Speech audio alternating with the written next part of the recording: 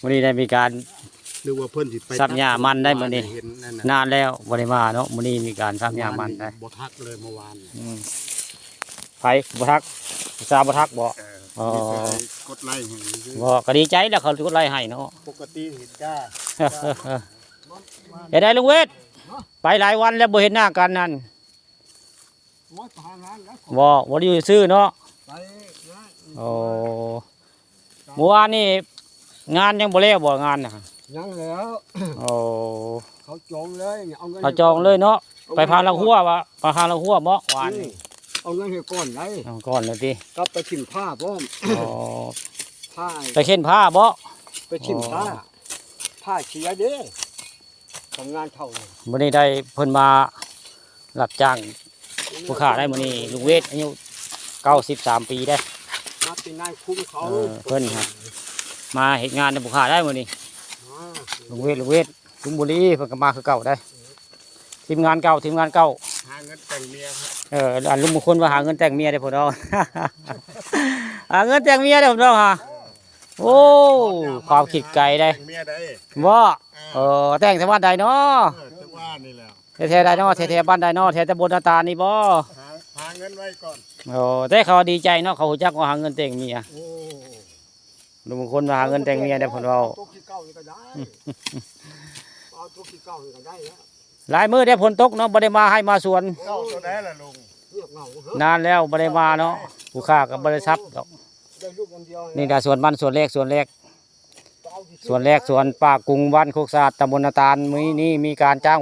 วานเดี๋ยวจ้างหั่นล่ะ เก้าบ่เป้ามันกระติกอยู่แล้ว จ้างครึ่งวันได้บ่ได้เต็มมือได้เอาเต็มมือมาสิเด็ดไว้ง่าย โอ้ยสิริ เอาเต็มมือมาใช้หลายเดี๋ยวที่ว่าผู้เฒ่าสิเด็ดสิโหดไว้ง่ายมีแต่ เข้าก็ทำงาน อันนั้นผู้เฒ่าก็มีแต่รุ่น60แข็งแรงบ่ได้จำนี้ค่ะสู้การสู้งานได้วัยรุ่นบ่มีได้บ้านเฮามีแต่รุ่นนี้ละรุ่น ไม่สำคัญ ไม่ยังลุงต้นยังอันนั้น มากู ต้นไม้กรุงเบี้ยไม้กรุงบ่ เบี้ยไปกู เอาบ่ปลูก โอ้ยเอาเงินบ่เกียด เอาปลูกก็เป็นได้ เป็น เป็นได้เบี้ยไม้กรุงเนาะนี่ก็คือสวนมันบุคคาและหญ้าหลาย โอ้ยหลาย หญ้าคักหญ้างามโอ้ยยังบ่ทับจักเทื่อหญ้านี่ปีนี้ฮะหม่องนี้ พูดแล้ว หม่องนี้ทับแล้วได้หม่องนี้ก็ขึ้นแล้วล่ะนี่ งางามก็เข้าทุกมือคนงามก็เข้าทุกมือ เนาะ โอ้ ก็ตลกไทยลุงมงคลเนาะมื้อนี้นานแล้วบ่ได้มาซับหญ้ามื้อนี้พากันไปจ้างอยู่เพิ่นมาซับหญ้าได้มื้อนี้เฮิงแล้วได้ผู้ข้าบ่ไปเว้านํเขาเจ้าก็บ่มาฝนมันตกเนาะมาบ่ได้เนาะลุง โอ้ยบ่ได้แล้ว ฝนตกคู่มือมันซับหญ้าบ่ตายว่าง่ายบ้านนี้สิบ่เดือแล้วซับแล้วก็สลาวกองไว้แบบนี้แหละนี่สิซ่าเนี่ยก็บ่เป็นหยังเนาะซ่าแต่ว่าคักซ่าคักได้ เนาะเอาไปปลูกในสวนเนาะ ซ่าคักได้ โอ้ เอาแล้วเอาไปปลูกก็ได้ เบี้ยมัน เบี้ยไม้กรุง เป็นไงแล้วเจ้าพ่อเห็นมัน เป็นลุงเอาไปปลูกเป็นให้แล้วแน่นั่นมากมันก็เสียบเสร็จออกเลยแล้วน่ะเป็นเลยน่ะพังเลย นี่ นี่ ลุงเห็นเนาะ เอาตัวอ่อน โอ้นี่แหละคือ เบี้ยต้นไม้กรุงได้นี่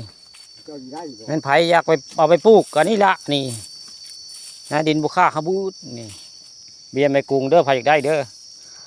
มาเอานะผมนะดินปลาทองคำเพียบว่างั้นไผอยากได้เบี้ยไม้กรุงไปปลูกนี่ เอามา แต่หลายปีได้เพื่อมาสิใหญ่ได้ฮะเพื่อมาสิใหญ่เบี้ยมันปลูกแล้วบ่ไม่ง่ายปีได้ว่าง่าย เดี๋ยว ปลูกแล้วมันต่ำกว่า40ปีเพื่อมันจะเป็นลำใหญ่ว่าง่าย ของการระยะยาว แล้วยาวได้ปานปลูกตาลขายพุ่นแล้ว เนาะลุงเพื่อมาสิใหญ่บ่คือเพื่อมาอยู่คาเนาะมันใหญ่ไวเนาะ มันอยู่ข้าง นี่ละเบี้ยไม้กรุงล่ะนี่ผู้ค้าเอามาให้เบิ่ง